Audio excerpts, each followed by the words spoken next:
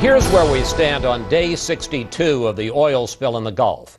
The Coast Guard reports a new containment system is almost at capacity, capturing more than 1 million gallons of oil daily, which many experts believe is still less than half of what's spewing into the Gulf. Drillers are now within 200 feet of finishing a relief well to plug the spill, but that could still take weeks. And one of BP's partners in the offshore rig, Anadarko Petroleum, blasted BP for what it called reckless decisions and actions that led to the explosion. Joining us now from Louisville, Kentucky to talk about the oil spill and more is Senate Republican leader Mitch McConnell. Senator, Democrats have launched a new campaign attacking the GOP for a cozy relationship for big oil based on Congressman Joe Barton's apology this week to BP. Let's watch. If Republicans were in charge, this is the guy who'd be overseeing BP. I apologize. He apologized to BP and called the recovery fund a tragedy. Senator, how do you counter the Democrats' argument that Republicans care more about oil companies than they do about the environment? Well, of course, that's nonsense. I couldn't disagree with Joe Barton more. BP doesn't need an apology. They need to apologize to us, and they certainly need to cover all the cost of the cleanup and the economic damages as well, and they're going to.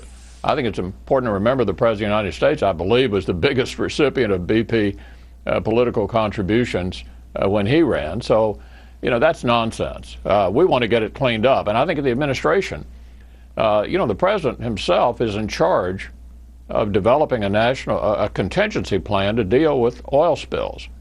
What happened to it? We know there are skimmers around the world that could be sent here. Where are they? The administration has a role to play in this, and they haven't done a very good job so far. Let me ask you about another aspect of this, and that is the fact that White House Chief of Staff Rahm Emanuel this weekend is mocking Tony Hayward, the head of BP, for attending a yacht race off England's Isle of Wight. This, of course, at the same time that President Obama and Vice President Vice President Biden, were playing golf. Do you see any difference? Well, all of these guys could use a better PR advisor, but the point is we need to get the oil leak stopped, and we need to keep as much of this oil off of shore as we can. And clearly, not enough is being done. All the local officials down there in the states that own the Gulf are frustrated as they can be. I read a story about Governor Riley of Alabama locating a particular piece of equipment in Bahrain himself, getting it flown over, and then having some bureaucrat tell him it had to go to Louisiana, not Alabama. You've got shrimpers on shore who want to pitch in and help. Governor General has been frustrated because of difficulty in getting permission to do things that they want to do. Let's concentrate on getting the leak stopped, which is BP's responsibility. We understand that. Keeping the oil off of shore, the federal government is the lead horse on that. And the president has been advocating expansion of government across the board in virtually every area. If you're going to advocate expansion of the government, then you look not so good when the government you're already in charge of doesn't function very well. After the president's Oval Office speech this week, you said this, and let's put it up on the screen. What they're doing here, in effect, is holding the Gulf hostage to a national energy tax. But in his speech, Senator, much to the distress of the left, the fact is the president didn't mention either an energy tax or cap and trade. What would you be willing to accept and not accept in an energy bill? And do you see any flexibility in the fact that the president didn't mention cap and trade?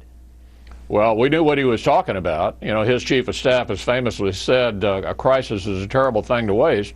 They want to seize on this oil spill to pass a national energy tax, referred to around Washington as cap and trade. They never miss an opportunity to seize on a crisis, to turn to the far left to-do list.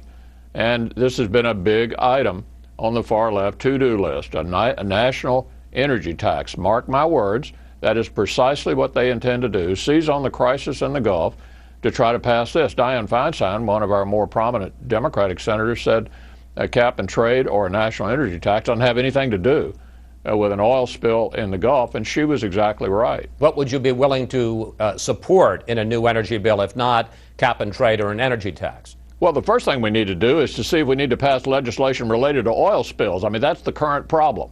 Not climate change or a national energy tax, but the oil spill itself.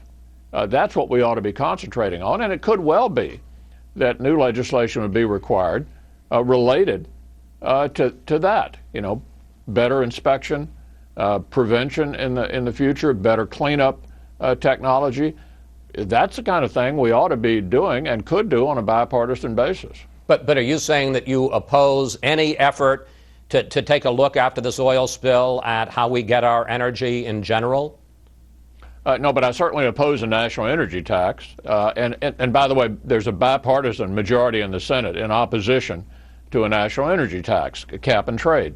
And that is exactly what they're going to try to push, Chris, but after the 4th of July.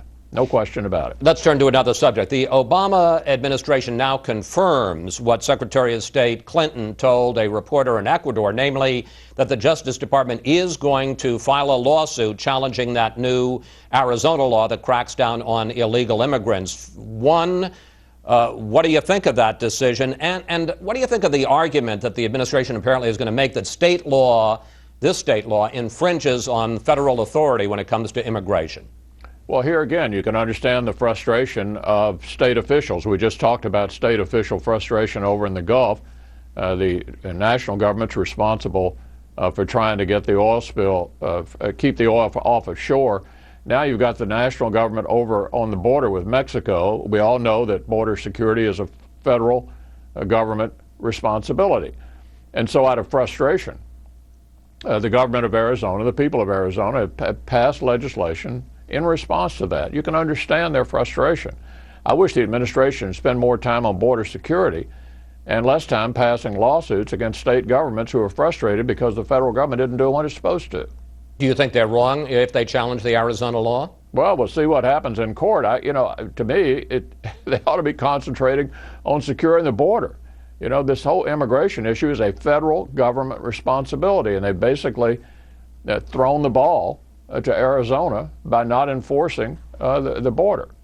A week from tomorrow, the Senate Judiciary Committee will begin confirmation hearings on the nomination of Elena Kagan to the Supreme Court. Back in April, Senator, I asked you about a possible filibuster, and let's take a look at what you said. Mm-hmm. It's highly unlikely, however, unless the nominee is an extraordinary individual outside the mainstream with really bizarre views. Senator, do you see anything in Kagan's record that is outside the mainstream with really bizarre views? Well, we haven't started the hearings yet. The hearings begin June the 28th. We are beginning to get material from the Clinton library. I think some of her views are quite troubling, at least to me, in the area of political speech and the First Amendment. She has basically argued before the Supreme Court that the government could ban pamphlets. I find that very troubling. But I think it's entirely too early to determine whether or not this nominee would be subjected to a 60-vote threshold. We know that the president has filibustered Supreme Court nominees. We know the vice president has filibustered Supreme Court nominees. We know Senator Reid has, and we know Judiciary Committee Chairman Leahy has.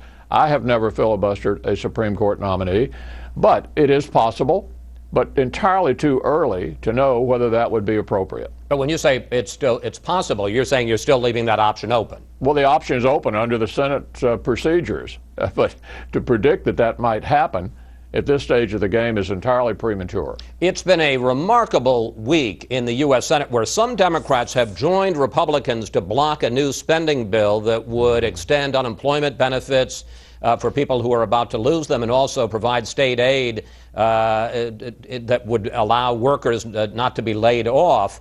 Are some Democrats getting religion when it comes to the deficit? It sure seems so. I mean, we'd be past the $13 trillion cumulative national debt threshold a few weeks ago. And the issue here with regard to this bill to which you referred is paying for it. Now, we did manage to take out a piece of that bill last Friday and pay for it. That was a doctor reimbursement issue. We paid for it for 6 months. What Republicans have been arguing is that much of this is worthwhile and should be done, but it ought not to add to the deficit.